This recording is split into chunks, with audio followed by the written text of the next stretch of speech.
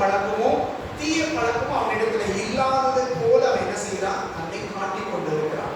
அவனோடு கூட ஒரு நெருங்கிய ஒரு நண்பன் அவனை ரொம்ப அதிகமா நம்புகிறான்.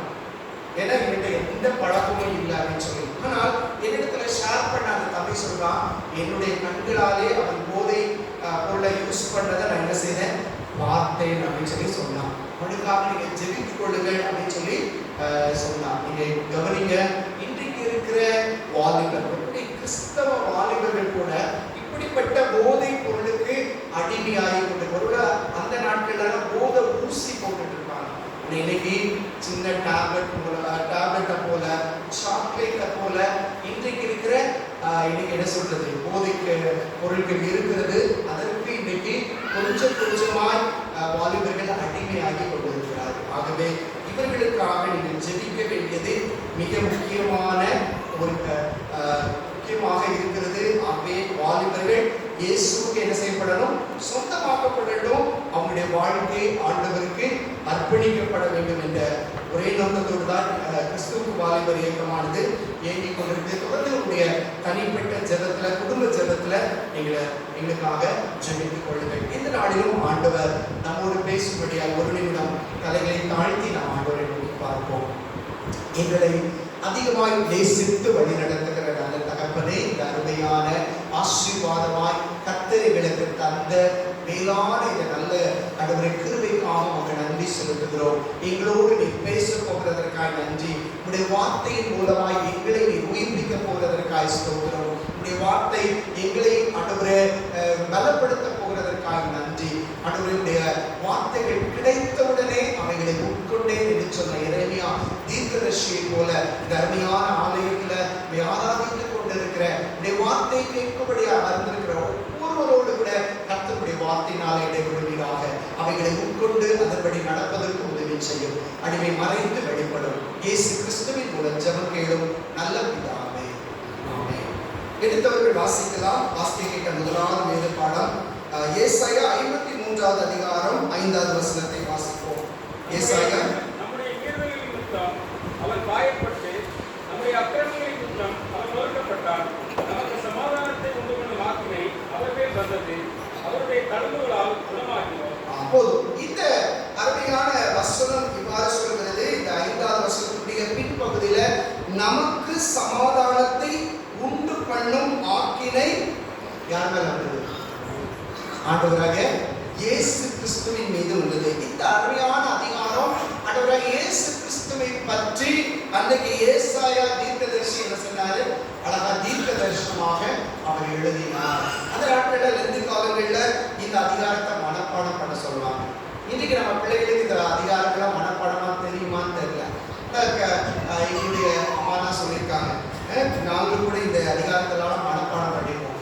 ஏசாயா 53வது அதிகாரம் ஆண்டவருடைய பாடு மரணத்தை குறித்து என்ன செய்கிறது, சொல்லப்பட்டிருக்குது. அப்போ இந்த இடத்துல உங்களுக்கும் எனக்கும் சமாதானத்தை உண்டு பண்ணுகிற ஆக்கினையை ஆண்டவர் என்ன செய்தாரா, ஏற்றுக்கொண்டார். ஏன் அப்படின்னா பாவத்தின் நிமித்தமாய் உலகம் எதை இழந்து போகிறது, சமாதானத்தை இழந்து போய்விடுகிறது.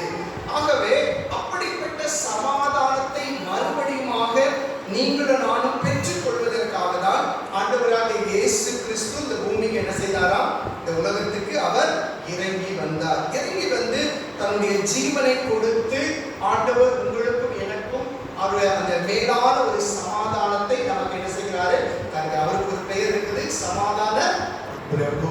அது மாத்திரம் இல்ல, சமாதான காரணர். அவர்தான் சமாதானத்துக்கு சொந்தக்காரர். அந்த சமாதானத்தை நீங்களும் நானும் அருமையான காலை வேளையில பெற்றுக்கொள்ளணும்னு சொல்லி ஆண்டவர் என்ன செய்கிறார், எதிர்பார்க்கிறார். இதற்கு ஆதாரமாய் நான் புதிய பாட்டிலிருந்து ஒரு வேத பகுதி நமக்கு தெரிஞ்ச சம்பவம் தான், ஆனால் மறுபடியும் ஞாபகப்படுத்த விரும்புகிறேன். அந்த அப்போஸ்தலனாகிய பவுல் பிலமோனுக்கு எழுதின நிருபம், அந்த அதிகாரத்தை தான் இன்றைக்கு உங்களோடு கூட நான் பகிர்ந்து கொள்ளலாம் என்று சொல்லி நான் ஆசைப்படுகிறேன். பிலமோன் ஒரே ஒரு அதிகாரம் தான் இருக்குது. புதிய பாட்டில பக்கம் 297வது பக்கத்துல இருக்குது. அந்த பக்கத்தை நம்ம எல்லாரும் என்ன செய்வோம், திருப்பி வைத்துக் கொள்வோம். அப்போஸ்தலனாகிய பவுல் பிலமோனுக்கு எழுதின நிருபம். அப்போ பவுல் கிட்டத்தட்ட புதிய பாட்டில் ஒரு 13 கடிதங்களை எழுதியிருக்கிறார். திருச்சபைகளுக்கு அவர் எழுதினார். எபேசு, கொரிந்து, இப்படிப்பட்ட அந்த திருச்சபைகளுக்கெல்லாம் அவர் என்ன செய்தாராம்? அவர் அழகாக கடிதம் எழுதினார். அது மாத்திரமல்ல, தனி நபருக்கும் அவர் என்ன செய்கிறாரு? கடிதம் எழுதுகிறார். இதுல பிலமோன்ற ஒரு மனுஷனுக்கு அவர் எழுதின ஒரு அழகான கடிதத்தை தான் இன்றைக்கு நம்ம என்ன செய்யலாம்? தியானிக்கலாம். இந்த பிலமோன் யார் அப்படின்னு சொல்லி நீங்க பாத்தீங்கன்னா, முதல் வசனம் இப்படி ஆரம்பிக்கிறது. கிறிஸ்து இயேசுவின் நிமித்தம் கட்டப்பட்டவனாய் இருக்கிற பவுலும் சகோதரனாகிய தீமோத்தேயும் எங்களுக்கு பிரியம் உள்ளவனும் உடன் வேலையாளமாய் இருக்கிற பிலமோன். அப்போஸ்தலனாகிய பவுல் பிலமோனை குறித்து சொல்றாரு, எங்களுக்கு பிரியம் உள்ளவர். பவுலுக்கு பிரியமுள்ள ஒரு மனிதனாக, அது மாத்திரமல்ல உடன் வேலையாள் அப்படின்னா யாரு? சுவிசேஷத்தின் நிமித்தமாய் அவரோடு இணைந்து செயல்படுகிற ஒரு மனிதர் தான் யாரு? இந்த பிலமோன் அப்படின்னு சொல்றாரு. பிலமோனை குறித்து வேதத்துல அவருடைய பின்னணி எல்லாம் குறித்து சொல்லப்படல. ஆனா விளக்குரை, வேதாகம விளக்குரைகள்ல வேத வல்லுநர்கள் மூலமா நம்ம தெரிந்து கொண்டார் அப்படின்னு சொன்னா, பிலமோன் ஒரு ஐஸ்வர்யம் உள்ள ஒரு மனுஷன். ஐஸ்வர்யம் உள்ள அந்த ஒரு மனுஷன், அவனிடத்துல அநேக அடிமைகள் இருந்தாங்க. அவர் கொலசே அப்படின்ற ஒரு பட்டணத்துல தான் அவர் என்ன செய்தாரா? வாழ்ந்து வந்தார். அப்படி அவரிடத்துல இந்த அடிமைகள்ல ஒரு மனுஷன், அவனை குறித்து தான் இந்த கடிதத்துல என்ன செய்யப்பட்டிருக்குது? எழுதப்பட்டிருக்குது. அவனை குறித்து அவனுடைய பெயர் என்ன சொல்லியிருக்கு அப்படின்னா, ஒனேசிமோ. இந்த அடிமை குறித்து ஏன் பவுல் பிலமோனுக்கு எழுத வேண்டும் என்று சொன்னால், இந்த அடிமை இந்த ஒனேசிமோ என்ன செய்தார் அப்படின்னு சொன்னா, அந்த பிலமோனுக்கு விரோதமாக, அந்த எஜமானுக்கு விரோதமாக ஒரு தவறு செய்து விட்டார். அவர் என்ன தவறு செய்தார் அப்படின்றத வேதாகமம் தெளிவா சொல்லல. ஆனா ஏதோ ஒரு முக்கியமான சில பொருளை அவர் திருடி விட்டார். திருடி விட்டு அவருடைய வீட்டை விட்டு ஓடி போய்விட்டார். அப்படி ஓடி போன அந்த ஒனேசிமோவை யார் சந்திக்கிறார்? பவுல் சந்திக்கிறாரு. சந்தித்து அவனோடு பேசுகிறார். அவனை நல்ல மனுஷனாய் மாற்றுகிறார். அவனை அந்த எஜமானோடு கூட இணைக்கிறார். இந்த சம்பவம் தான் இந்த அழகான கடிதத்துல என்ன செய்யப்பட்டிருக்குது? சொல்லப்பட்டிருக்கு. இதை இன்றைக்கு நாம் என்ன செய்யலாம்? விரிவாக நாம தியானம் பண்ணலாம். அந்த நாட்கள்ல எஜமான்களுக்கு விரோதமா ஒருத்தர் தவறு பண்ணிட்டானா, அந்த அடிமை வீட்டை விட்டு ஓடி போயிட்டா அப்படின்னு சொன்னா, அவனை கண்டுபிடிக்கிற இடத்துல அந்த எஜமான் என்ன செய்யலாம்? கொலை செய்யலாம். அதுக்கு அதிகாரம் இருக்கிறது. அப்படிப்பட்ட சூழ்நிலையில தான் இந்த ஒனேசிமோ என்ன செய்கிறாரு? யாரை பார்க்கிறாரு? பவுல் அப்போஸ்தலனை. பவுல் அப்போஸ்தலனை பார்க்கும் பொழுது இந்த பவுல் எங்க இருக்கிறார் அப்படின்னா, நீங்க நல்லா வாசிக்கலாம். 10வது வசனத்தை வாசித்து பார்த்தீங்க அப்படின்னா, என்னவென்றால் கட்டப்பட்டு இருக்கையில் அப்படின்னு சொல்லியிருக்கு. அப்படின்னா என்ன அர்த்தம்? அவர் சிறைச்சாலையில இருக்கிறார். சிறைச்சாலையில இருக்கிறார். அது மாத்திரம் 8வது வசனத்தை நீங்க வாசித்து பார்த்தீங்கன்னா, பவுலாகிய நான் முதிர் வயது உள்ளவனாகவும் இயேசு கிறிஸ்துவின் நிமித்தம் இப்பொழுது கட்டப்பட்டவனாகவும் இருக்கிறபடியால். அப்போ பவுல் முதிர் வயதுள்ள நிலையில இருக்கிறாரு. கட்டப்பட்ட நிலையில சிறைச்சாலையில இருந்துதான் இந்த கடிதத்தை எழுதுகிறார். அப்படிப்பட்ட நிலையில இருந்து இந்த ஒனேசிமோவுக்காக அவர் என்ன செய்கிறாரு? எழுதுகிறத நாம் என்ன செய்யலாம்? பார்க்கலாம். சரி, இப்போ இந்த பவுல் ஒனேசிமோவுக்கு என்ன காரியம் செய்தார்? 3 காரியத்தை அவர் செய்தார். அதை தான் இன்றைக்கு நம்ம பார்க்கலாம். முதல் காரியம், பவுல் அப்போஸ்தலன் ஒனேசிமோவை சந்திக்கிறார். சரி, நீங்களும் நானும் ஒரு மனிதர்களை சந்தித்த உடனே முதல்ல நம்ம அவங்களை பார்த்த உடனே அவங்க என்ன பேசுவோம்? அவருடைய நலத்தை விசாரிப்போம். அப்படிதானே? நீங்க எப்படிப்பட்டவங்க, நீங்க உங்களுடைய குடும்பம் எப்படி, உங்களுக்கு எத்தனை பிள்ளைகள் அப்படின்னு சொல்லி அவர்களை குறித்து நம்ம என்ன பண்ணுவோம்? விசாரிப்போம். நிச்சயமாய் பவுல் அப்போஸ்தலனும் அந்த ஒனேசிமை குறித்து என்ன பண்ணியிருப்பாரு? விசாரித்திருப்பார். அப்படி விசாரிக்கிற நேரத்துல தான் ஒனேசிமோ என்ன செஞ்சிருப்பாரு? தன்னுடைய நிலையை அவர் சொல்லியிருப்பார். நான் என்னுடைய எஜமானாகிய பிலமோனுக்கு விரோதமாய் தவறு செய்து ஓடி வந்தேன். இப்போ அவனை குறித்து நம்ம பாசையில சொன்னா திருடன், ஒரு எஜமானுக்கு துரோகம் பண்ண மனுஷன், வீட்டை விட்டு ஓடி வந்தார். அப்படிதானே? இப்படிப்பட்ட மனுஷனை தான் ஒனேசிமோ தான் யார் சந்திக்கிறார்? பவுல் அப்போஸ்தலன். சந்தித்த மாத்திரத்துல அவனை குறித்து விசாரித்த போது அவருக்குள்ளாக என்ன வந்தது? ஒரு பாரம் வந்தது. ஆத்ம பாரம். என்ன பாரம்? ஒருவேளை அவனுடைய நல துக்கத்தை மட்டும் விசாரிக்காம அவனுடைய பிரச்சனையை தெரிந்து கொண்டார். உடனே அவர் யோசித்தாரு, இவனுக்கு ஒரு மனமாற்றம் தேவைன்றதை உணர்ந்தார். நல்லா கவனிங்க. இந்த உலகத்துல நீங்களும் நானும் கடைசி நாட்கள்ல இருக்கிறோம். நாம ஒருவேளை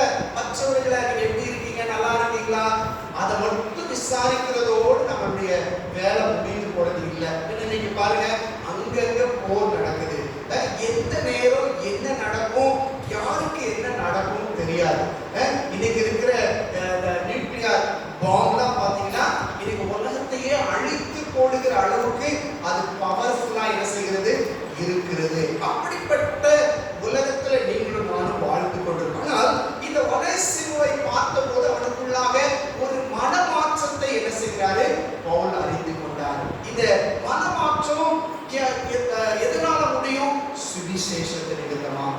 பவுலுடைய சுய வார்த்தையினால அந்த மனிதரை என்ன பண்ண முடியாது, ரட்சிக்க முடியாது. அப்போ சுவிசேஷத்தை சொல்லி ஆண்டவர் நமக்காக இந்த உலகத்துக்கு என்ன செய்தாரு, அவருடைய பிள்ளையா மாறணும், அவருடைய ரத்தத்தினால நம்ம கழுவப்படணும் அப்படின்ற ஒரு பெரிய காரியத்தை ஆண்டவருடைய சுவிசேஷத்தை யாருக்கு சொல்றாங்க? அந்த ஒனேசிமுவுக்கு.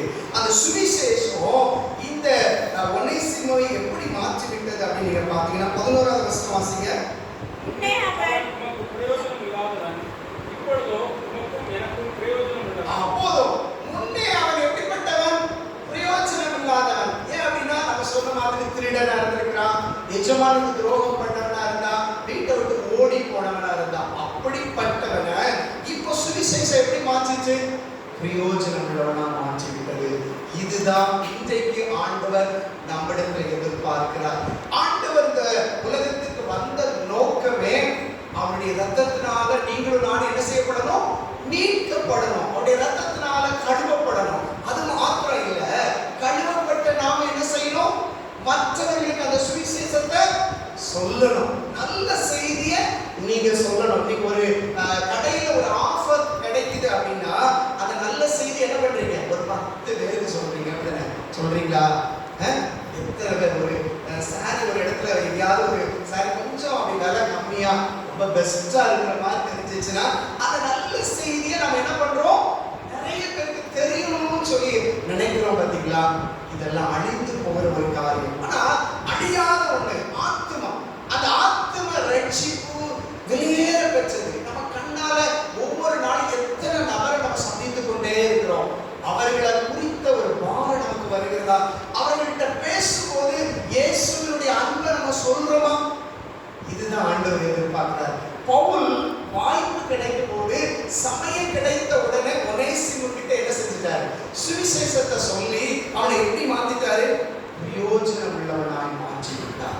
நீங்களும் நானும் அப்படிப்பட்ட ஒரு ஆத்ம பாரத்தோடு நீங்களும் நானும் வாழணும்னு சொல்லி ஆண்டவர் எதிர்பார்க்கிறார். அதற்கு தான் ஆண்டவர் இப்படிப்பட்ட லெந்து நாட்கள் அவருடைய பாடுகளை நினைவு கூறுகிற நாம அதையே நினைச்சு துக்கப்பட்டு உட்கார்ந்துருக்காம நாம என்ன பண்ணுவோம், நமக்கெல்லாம் ஒரு பெரிய சந்தோஷம், நம்ம எல்லாம் மீட்கப்பட்டிருக்கிறோம். கர்த்தரால மீட்கப்பட்டிருக்கிற நாம இன்னும் மீட்கப்படாம அந்த உலகத்துல வாழ்றாங்க. பார்த்தீங்களா?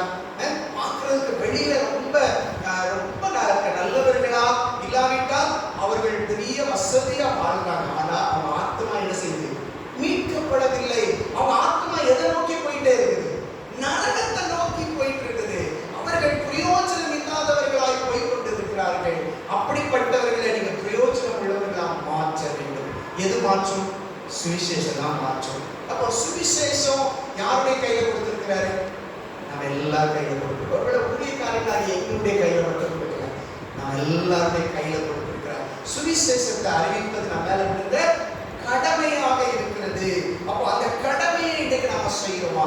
வீட்டுல பெண்கள் அவங்களுடைய கடமையை அழகா செய்வாங்க. அழகா சாப்பாடு எல்லாம் என்ன செய்யுது, ஒரு நாள் அவங்க கடமையை செய்யலைன்னா அந்த வீட்டுல என்ன இருக்கும்? இன்னைக்கு ஆர்டர்லாம் பண்ணியிருந்தாங்க. இன்னைக்கு சாப்பாடு இல்லைன்னா உடனே என்ன செய்யுது, எங்கேயும் ஆர்டர் பண்ணி வாங்கி சாப்பிடலாம். ஓகே, ஆனால் அவர்களுடைய கடமையை அவங்க செய்ய தவறி போனார்கள் அப்படின்னா அந்த வீடு என்ன செய்யாது, நிச்சயமா சந்தோஷமா இருக்கவே முடியாது. ஆகவே இன்னைக்கு ஆண்டவர் திருச்சபையின் மக்களாக நம்மளை பார்த்து சொல்றாரு, சுவிசேஷத்தை அறிவிப்பது நம்ம மேல விழுந்த கடமை. இன்னைக்கு ஆண்டவர் நம்ம கண்ணு முன்னாடி பார்க்கிற அநேகரை குறித்த ஒரு பாரத்தை என்ன செஞ்சுட்டே இருக்காரு, கொடுத்துட்டே இருக்காரு. அதை செய்வதற்கு இன்னைக்கு நம்ம பார்க்கிறவங்க நாளைக்கு பார்க்காம இருக்கலாம், பார்க்க முடியாம இருக்கலாம். அப்ப பார்க்கும்போது அவங்க இயேசு நல்லவன் சொல்லிருங்க, இயேசுனுடைய அன்பை அவங்களுக்கு அறிவிக்கிறதுக்கு நீங்க ஒரு நாளை என்ன பண்ணாதீங்க, தயங்காதீங்க. அதை சுவிசேஷத்தை அறிவிக்கும்படியாக ஆண்டவர் உங்களே என்ன செஞ்சிருக்காரு, ஏற்படுத்திருக்கிறார். டாக்டர் ஐரிஸ் பால் அப்படின்ற ஒருத்தவங்களை குறித்து நான் ஒரு சின்னதா அவங்க வாழ்க்கை வரலாறு பற்றி நான் வாசிச்சேன். சென்னையில அவங்க 1945 பிறந்தவங்க. அவங்க வந்து பிஎஸ்சி சுவாலஜி முடிச்சு எம்பிபிஎஸ் டாக்டர் முடிச்சாங்க. அந்த சைல்டு பீடியாட்ரிக்ல வந்து அவங்க வந்து கோல்டு மெடலா. அவங்களுக்கு வந்து ஆண்டவர் அவங்களோடு பேச ஆரம்பிச்சாரு. நீங்க என்னுடைய ஊழியத்தை செய்யும் ஒரு மருத்துவ டாக்டரா அவங்க போறதுக்காக ஆண்டவர் அவங்க என்ன பண்ணாரு தெரிந்து கொண்டார். அவருடைய ஹஸ்பண்ட் வந்து பால். அவங்க 2 பேரும் சேர்ந்து என்ன பண்ணாங்க, ஆண்டவருடைய அழைப்பை ஏற்று அந்த ஒடிசா மாநிலத்துல வந்து மல்கன்கிரி அப்படின்ற இடத்துல ஓண்டோ அப்படின்ற ஒரு இன மக்களுக்கு என்ன செய்தாங்க, சுவிசேஷத்தை அறிவிக்கிறதுக்காக போனாங்க. அங்க போய் மருத்துவத்தின் மூலமா ஊழியம் செய்ய ஆரம்பிச்சு. கிட்டத்தட்ட 15 வருஷம் அவங்களுக்கு என்ன கிடைக்கல, ஒரு ஆத்துமாவை ஆதாயப்படுத்த முடியல.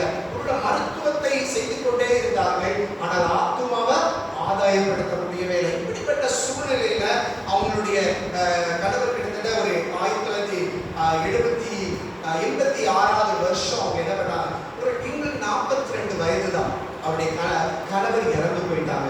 கணவர் இறந்து போனதுக்கு அப்புறம் எல்லாரும் நினைச்சாங்க அவங்க சென்னைக்கு போயிருவாங்க, இனி ஊழியம் செய்ய மாட்டாங்க. இல்லை, அதுக்கப்புறம் தான் அவங்க வைராக்கியமா அதே இடத்துல ஊழியம் செய்யும்படியா அவங்க தன்னை அர்ப்பணிச்சாங்க. சாலை ஓரம் மருத்துவ கேம்ப் நடத்தி நிறைய பேருக்கு உதவி செய்ய ஆரம்பிச்சாங்க. இப்படியே நிறைய ஊழியம் செய்ய ஆரம்பிச்சு. அதுக்கப்புறம் ஆண்டவர் பெரிதாய் ஆண்டவர் பயன்படுத்தினாரு. அநேக ஆத்மாக்களை ஆண்டவருக்கு அவங்க என்ன பண்ணிட்டாங்க, அடையாளப்படுத்திட்டாங்க. அப்போ இன்னைக்கு யோசித்து பாருங்க, இன்னைக்கு சுவிசேஷம் இன்னைக்கு ஒருவேளை நம்ம கண்ணு முன்னாடி உடனே பலன் தெரியாம இருக்கலாம், ஆனா பின்னாடி அதை என்ன செய்யும், பலன் கொடுக்கும், அநேக மாற்றக்கூடியதா இருக்குது. அப்ப முதல் காரியம் ஒனேசிமுடைய வாழ்க்கையில அவர் செஞ்சது, பவுல் செஞ்சது என்னது, சுவிசேஷத்தினால் அவனை பிரயோஜனம் உள்ளவனாய் மாற்றி விட்டார். இரண்டாவது காரியம் என்ன செய்தாரு, இப்போ இந்த ஒனேசிமுக்கு யாருக்கு பகை இருக்குது, பிலமோனுக்கும் எஜமானுக்கும் அவருக்கும் பகை இருக்கிறது. அந்த பகையை என்ன செய்யணும், சரிப்படுத்தணும். ஆண்டவருடைய உறவையாச்சு, ஆண்டவருடைய பிள்ளையா மாறியாச்சு, ஆனால் பகை அங்க இருக்குது. எஜமான் எப்படி போறது, மறுபடியும் எப்படி அங்க அவருடைய முகத்தை பார்க்கிறது, அப்ப அங்க ஒப்புரவாகுதல் வேண்டும். அந்த ஒப்புரவாகுதலின் பணியை இவர் என்ன பண்ணாரு, அழகா செஞ்சார். 12வது வசனத்தை வாசித்தீங்கன்னா அதை சொல்லி வாசிங்க.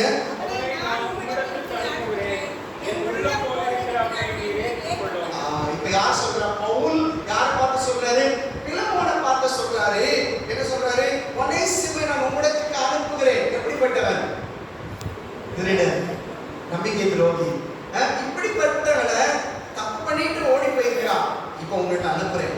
ஆனா இப்போ அவன் எப்படி இருக்கான், என் உள்ளம் போல இருக்கிறான். அதுதானே இப்ப சுவிசேஷம் எப்படி மாத்திட்டு, பவுலம் போல மாத்திட்டு, ஒரு ஊழியக்காரனை போல மாத்திச்சு. ஒனேசிமை என் உள்ளம் போல இருக்கிற அவனை நீங்க என்ன பண்ணணும், ஏற்றுக்கொள்ளணும். அடுத்து 15வது வருஷம் வாசித்தீங்கன்னா, அவன் என்றென்றைக்கும்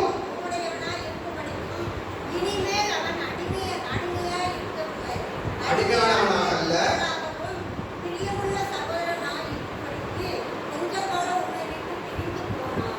போதும். இப்போ இந்த பவுல் சொல்றாரு, அந்த எஜமான்ட்ட சொல்றாரு, பிலமோன்ட்ட சொல்றாரு, அவனை நீங்க இப்ப அடிமையா ஏத்துக்க கூடாது. எப்படி ஏத்துக்கணும், பிரியமுள்ள சகோதரிப்பான அடிமை கிடையாது.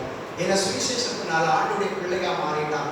தப்பு பண்ண மனுஷன் இப்ப திருந்திட்டான். இப்போ அவனை நீங்க அடிமையா வைக்க கூடாது, அவனை பிரியமுள்ள சகோதரனாய் அவனை ஏற்றுக்கொள்ள வேண்டும் என்று சொல்லி சொன்னாரு. சொன்ன உடனே அடுத்து நீங்க 17வது வசனம் பாத்தீங்கன்னா, ஆதலால் நீ என்னை உம்மோடு ஐக்கியமானவன் என்று எண்ணினால் என்னை ஏற்றுக்கொள்வது போல அவனை ஏற்றுக்கொள்ள. போல் சொல்றாரு, என்ன நீங்க எப்படி ஏற்றுக்கொள்வீங்களோ அப்படி ஏற்றுக்கொள்ளுங்க. ஒரு அழகான ஒரு வாரம் அப்படிதானே, அவனை ஒப்புரவாக்குவதற்கு அவன் எவ்வளவு முயற்சி பண்றாரு பாருங்க.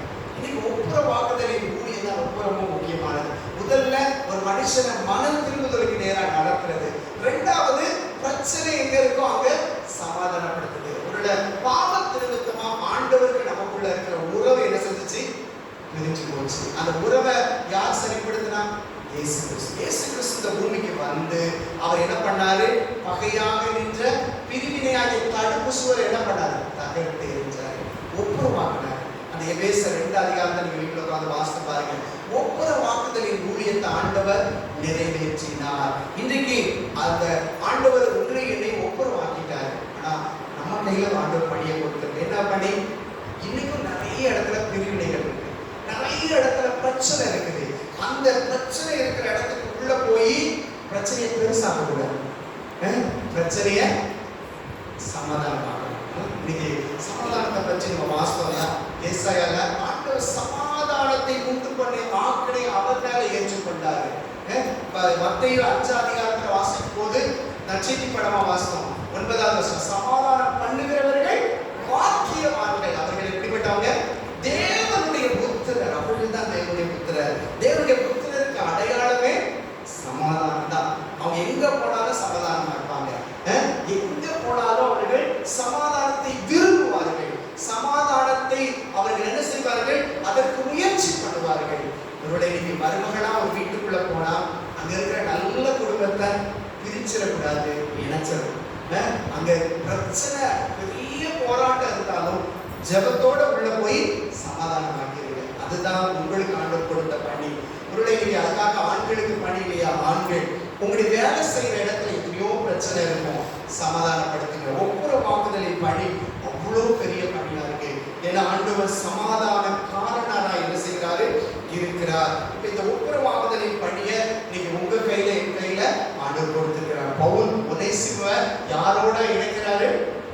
பிலமோனோட இணைக்கிறார். அப்படி இணைக்கிற அந்த பவுலை போல நாமளும் கூட இன்றைக்கு இணைக்கப்படாத பிரிந்து போயிருக்கிற எத்தனையோ குடும்பங்கள் இன்னைக்கு இன்னைக்கு பாத்தீங்கன்னா இன்னைக்கு குடும்ப வாழ்க்கையில, திருமண வாழ்க்கையில பிரிவுன்றது நிறைய வந்துச்சு. இணைந்து வாழ்றதை விட பிரிந்து வாழ்றது இன்னைக்கு ரொம்ப எல்லாருக்கும். அன்னைக்குலாம் நாங்க நிறைய வீடுகளுக்கு போகும்போது நாங்க பார்க்குற காரியம், சில பிள்ளைகள் சொல்றது, நாங்க இணைச்சு வாழ்றதோட பிரிச்சு நான் ஏன் இஷ்டம் போல வாழ்றேன். இன்னைக்கு நான் சம்பாதிக்கிறேன், நான் எனக்கு ஆண்டவர் எல்லாம் கொடுத்துருக்காரு, நான் தனியா வாழுவேன் அப்படின்னு சொல்லி தனியா வாழ்வத, இணைந்து வாழ்றதோட சேர்ந்து அட்ஜஸ்ட் பண்ணி வாழணும். ஆனா இல்லை, அந்த அட்ஜஸ்ட்மெண்ட் ஒரு விட்டு கொடுத்தல் அப்படிங்கிறது இல்லாமல் இன்னைக்கு என்ன செய்துட்டு இருக்கு? போய்கொண்டு இருக்கிறது. இன்னைக்கு ஆண்டவர் உங்களுக்கும் எனக்கு உணர்த்துகிற காரியம், ஆண்டவர் இந்த உலகத்துக்கு வந்ததே நம்மளை இணைப்பதற்கு தான், பிதாவோடு கூட இணைப்பதற்கு தான். இன்றைக்கு அவர் பிதாவோடு பரிந்து பேசிட்டே இருக்கார். அவர் தவறு பண்ணும் போதெல்லாம் அவர் பரிந்து பேசிட்டே இருக்கார். அப்படிதானே? என்னுடைய பையனை என்ன செய்யுங்க, நீங்க மன்னிச்சிருங்க, என்னுடைய மகனை மன்னிச்சிருங்க, என்னுடைய மகளை மன்னிச்சிருங்கன்னு சொல்லி அவர் பரிந்து பேசிட்டே இருக்கிறாரு. அதுதான் அந்த நாட்கள் எல்லாம் நீங்க பாருங்க, அன்னைக்கு ஏதாவது குடும்பத்துல பிரச்சனை வச்சுன்னா, ஒருவேளை பெண் பிள்ளைகள் கோபத்தோட தன்னுடைய அப்பா அம்மா வீட்டுக்கு வந்தாலும் அவங்க சமாதானப்படுத்தி என்ன பண்ணுவாங்க? மறுபடி இணைச்சு வைப்பாங்க. இன்னைக்கு நான் பார்த்துக்கிறேன் சொல்லுங்க, நான் பார்த்துக்கிறேன்னு சொல்லி கடைசி வரைக்கும் பாரதி யார் சுமக்கிறாங்க? அப்பா அம்மா சுமக்கிறாங்க. தயவு செய்து இன்னைக்கு வேதம் அதை சொல்லவே இல்லை. அவங்க கணவரோடு இணைந்து வாழ்வதை தான் ஆண்டவர் விரும்புகிறார். நீங்க சுமக்காதீங்க, ஆண்டவர்கிட்ட கொடுங்க. ஆண்டவர் இணைந்து சமாதானமா வாழ்வதற்கு, அந்த ஒப்புரவாகுதல், அதை இணைந்து வாழ்வதற்கு ஆண்டவர் நிச்சயமா உதவி செய்வார். அப்ப 2வது காரியம் என்னது? அந்த ஒனேசிமுவை பிலமோனோடு கூட என்ன பண்ணாரு? ஒப்புரவாக்கினார். ஒப்புரவாக்குதலின் ஊழியத்தை ஆண்டவர் நம்ம கையில கொடுத்திருக்கிறார். அதை செய்வதற்கு நம்ம என்ன செய்வோம்? நம்மள ஒப்பு கொடுப்போம். கடைசியா ஒரு காரியத்தை நான் சொல்லி முடிக்கிறேன். சரி, இப்போ அவங்க 2 பேரும் இணைக்கப்பட்டாங்க. இவரை ஏற்றுக்கொள்றேன் அப்படின்னு சொல்றாரு. ஆனாலும் பிலமோனுக்கு என்ன இருக்குது? நஷ்டம் இருக்குது. என்ன நஷ்டம்? பொருள் நஷ்டம் இருக்கு. ஏதோ ஒரு நஷ்டம் ஆயிருக்கு. அப்படி நஷ்டமானதுனால பவுல் சொல்றாரு, 18வது வசனம் வாசிங்க. அவன் உமக்கு யாதொரு அநியாயம் செய்ததும் உம்மிடத்தில் கடன்பட்டதும் உண்டானால் அதை என் கணக்கிலே வைத்துக் கொள்ளும். பவுலாகிய நான் இதை என் சொந்த கையாலே எண்ணேன், நான் அதை செலுத்தி தீர்ப்பேன். போதும், கவனிங்க. இப்போ ரொம்ப அழகா மூணாவது ஒரு காரியம் சொல்றாரு. ஃபர்ஸ்ட் பிரயோஜனம் உள்ளவனா மாற்றி மனம் திரும்புதலுக்கு நேரம் வழி நடத்தி ஒப்புரவாக்கிட்டாரு. ஒப்புரவாக்குதலோட அவருடைய பணி முடிஞ்சிட்டுன்னு நினைக்கல. பவுல் அடுத்து சொல்றாரு, கட்டப்பட்ட நிலையில இருக்காரு, முதிர் வயதுல இருக்காரு. ஆனா அவர் சொல்றாரு, அந்த பணத்தை நான் கொடுக்குறேன், ஒனேசிமுக்காக நான் கொடுக்குறேன்னு சொல்றாரு. இது தியாகத்தை கொடுக்குது, தியாகமான அன்பு. இன்னைக்கு ஒரு ஆத்மாவை ஆதாயப்படுத்தணும்னா ஆண்டவர் நம்மிடத்துல என்ன எதிர்பார்க்கிறார்? தியாகம். தியாகம் இல்லாம என்ன இல்லை? இன்னைக்கு ஆத்மா ஆதாயம் இல்லை. அன்பில்லாத தியாகம் அது ஒரு சுமையா இருக்கும். அன்போடு செய்யும் தியாகம் அது என்னது? கிருபை அப்படின்னு சொல்லி இருக்குது. இன்னைக்கு கிறிஸ்துவின் தியாகம் நம்மை மீட்கதான். நமது தியாகம் அவரை மகிமைப்படுத்துவதற்காக. அப்ப இன்னைக்கு நீங்களும் நானும் யோசித்து பாருங்க, தியாகத்தோடு கூட நாம இந்த உலகத்துல நம்ம ஒரு ஆத்துமாவை ஆதாயப்படுத்தணும் அப்படின்னு சொன்னா அதுதான் உலகத்துல பெரிய ஒரு காரியம். தியாகம் உடனே எல்லாருமே பணத்தை மட்டும் யோசிக்காதீங்க. பணத்தை மட்டும் நான் தியாகம் பண்றது இல்லை, உங்க நேரத்தை கொடுங்க. ஆண்டவர் கொடுத்த 24 மணி நேரத்துல ஆண்டவருக்காக நீங்க எவ்வளவு கொடுக்குறீங்க? ஆலயத்துக்கு நம்ம சண்டே ஆண்டவர் கொடுக்குறோம், சரி, ஒரு 2 மணி நேரம் ஆண்டவர் கொடுக்குறோம். ஆனா அந்த வாரம் முழுவதும் ஆண்டவர் கொடுக்குற நேரம் எவ்வளவு? நீங்களும் நானும் யோசித்து பாருங்க. வீட்டில் இருக்கிற பெண்கள் கொஞ்சம் அதிகமான நேரம் கொடுக்கலாம், ஆனால் நம்ம வேலைக்கு போறவங்களும் ஆண்டவருக்கு நேரம் கொடுக்கணும். ஆண்டவருடைய பாதத்துல நீங்க எவ்வளவு நேரம் உட்கார்ந்து இருக்கிறீங்க? இன்னைக்கு பிசாசு நம்ம குடும்பத்தை வஞ்சிக்கிறதுக்கு காரணமே, பிசாசு நம்ம உள்ள நுழைகிறதுக்கு காரணமே நம்ம எல்லாருக்குள்ள என்ன இல்லை? ஆண்டவருடைய வார்த்தை இல்லை. ஆண்டவருடைய வார்த்தையில வாஞ்சை இல்லை. அந்த எரேமியா சொன்னது போல அப்படி வார்த்தைகள் கிடைத்த உடனே நான் என்ன பண்ணிட்டேன்? அவைகளை உட்கொண்டேன். இன்னைக்கு அப்படிப்பட்ட வாஞ்சியோடு ஆண்டவருடைய பாதத்தில் அமர்ந்திருக்கக்கூடிய நேரங்கள் இன்னைக்கு குறைவு. இன்னைக்கு எல்லாரும் என்ன பண்றாங்க? நம்ம ஒருவேளை டிவில அல்லது யூடியூப்ல ஏதாவது ஒரு மெசேஜ் கேட்டுக்கிட்டே இருந்தா அது போதும் அப்படின்னு நம்ம நினைக்கிறோம். இல்ல, பர்சனலா உங்களுக்கும் ஆண்டவருக்குள்ள தனிப்பட்ட உறவு, நீங்க முழங்கால் போடுங்க, நீங்க உட்கார்ந்து தனிப்பட்ட முறையில வேதத்தை வாசிங்க. நீங்க எந்த அளவுக்கு ஆண்டவரோடு கூட நீங்க நேரம் செலவு பண்ண போறீங்க, இதுதான் முக்கியம். இதுதான் ஆண்டவர் எதிர்பார்க்கிற ஒரு தியாகம். ஆண்டவர் தன்னை தியாகம் பண்ணார். எப்படி? தன்னுடைய ஜீவனையே கொடுத்து தியாகம் பண்ணார். 1 யோவான் 3:14 அவர் சொல்லும்போது அதுல அவர் தம்முடைய ஜீவனை நமக்காக கொடுத்ததினாலே அன்பு இன்னதென்று அறிந்திருக்கிறோம். நாமும் சகோதரருக்காக ஜீவனை கொடுக்க முடியுமா? ஜீவனை கொடுக்க முடியுமா? வாஸ்தவலாம் அந்த வசனத்தை. அதுக்கு ஜீவனை கொடுக்க வேண்டாம், உங்களுடைய நேரத்தை கொடுங்க, உங்களுடைய தாளத்துகளை கொடுங்க. எப்பெல்லாம் ஆலயத்துல பெருசத்தை கேட்குதோ அப்பெல்லாம் இங்க ஆலயத்துக்கு வந்துருங்க. பக்கத்துல இருந்துச்சோம், ஒருவேளை நம்ம நேரம் இருந்தா கூட நம்ம இந்த மாதிரி கன்வென்ஷன் கூட்டத்தை மிஸ் பண்ணக்கூடாது. ஆண்டவருடைய எப்பெல்லாம் ஆலயத்துல இந்த மணி சத்தம் கேட்குதோ, இது ஒருவேளை ஸ்கூல்ல பெல் அடிக்கிறது போல. ஒரு ஸ்கூல்ல பெல் அடிச்சு நம்ம பிள்ளைய வீட்டுல வச்சிருப்போமா? சொல்லுங்க. காய்ச்சல்னால அனுப்புவோம், எக்ஸாம்னா என்ன கஷ்டம்னாலும் அனுப்பிவிடுவோம். ஆனா ஆண்டவருக்கு மட்டும்தான் நம்ம ரொம்ப என்ன பண்ணிட்டே இருக்கிறோம்? நம்ம காரணம் சொல்லிட்டே இருக்கோம். ஐயோ என்னால முடியல, எனக்கு 2 வீலர் இல்லை, எனக்கு அல்லனா எனக்கு கொஞ்சம் அப்படியே அசதியா இருக்குது அப்படின்னு சொல்லி நம்ம நேரத்தை இல்லை. ஆண்டு உங்களுக்காக கொடுத்த அழகான ஆலயம். இந்த ஆலயத்தை நீங்க தான் நடக்கணும். இந்த ஆலயத்துக்குள்ள நடக்கிற எல்லா ஆராதனைகளையும் நீங்க தான் கொண்டு வரணும். ஒருவேளை வேலை நிமித்தமா போனவங்க தவறு கிடையாது, ஆனா வேலை இல்லாம வீட்டுல நம்ம இருந்துட்டு இந்த ஆலயத்துக்கு நம்ம வராம இருக்கிறது ஒரு தியாகம் தான் பண்ணணும். ஒரு நினைக்கலாம் 6:30 வச்சு 8 வரைக்கும் ஆயிருது, அதுக்கப்புறம் நான் போய் சமைச்சு சாப்பாடு கொடுக்கணும், இதுதான் கஷ்டமா இருக்கு. எல்லாருக்கும் இதுதான் பிரச்சனையா இருக்கு. இதுலயே நமக்கு ஒரு தியாகம். அன்னைக்கு நம்ம கொஞ்சம் லேட்டா சாப்பிட்டுக்கலாம், இல்லைன்னா நீங்க வர்றதுக்கு முன்னாடி ரெடி பண்ணிட்டு வந்துடலாம், அப்படிதானே? எவ்வளோ வாய்ப்பு இருக்குது, இல்லை ஆர்டர் பண்ணலாம். வாய்ப்பு உங்களுக்கு வசதி இருந்துச்சுன்னா நீங்க யோசித்து பாருங்க. இது ஒரு காரணமே இல்லை, சாப்பாடு ஒரு காரணம் கிடையாது. இன்னைக்கு நம்ம நிறைய நேரங்கள்ல நம்ம காரணத்தை என்ன பண்ணிட்டே இருக்கிறோம்? நம்ம காண்பித்துக் கொண்டே இருக்கிறோம். ஆண்டவர் இன்றைக்கு ஆண்டவர் நமக்கு உணர்த்துகிறார், நம்ம என்ன தியாகம் பண்ண போறோம், ஆண்டவருக்காக எப்படிப்பட்ட தியாகத்தை நம்ம செய்ய போறோம். அப்படி தியாகம் பண்ணாதான் ஆத்மாவை ஆதாயப்படுத்த முடியும். அப்பதான் நம்மளை பார்த்து நிறைய பேர் என்ன பண்ணுவாங்க? இன்னும் திருச்சபைக்குள்ள கடந்து வருவாங்க. நம்மை பார்த்து அநேகர் ஆண்டவருடைய அன்பை அறிந்து கொள்வார்கள்.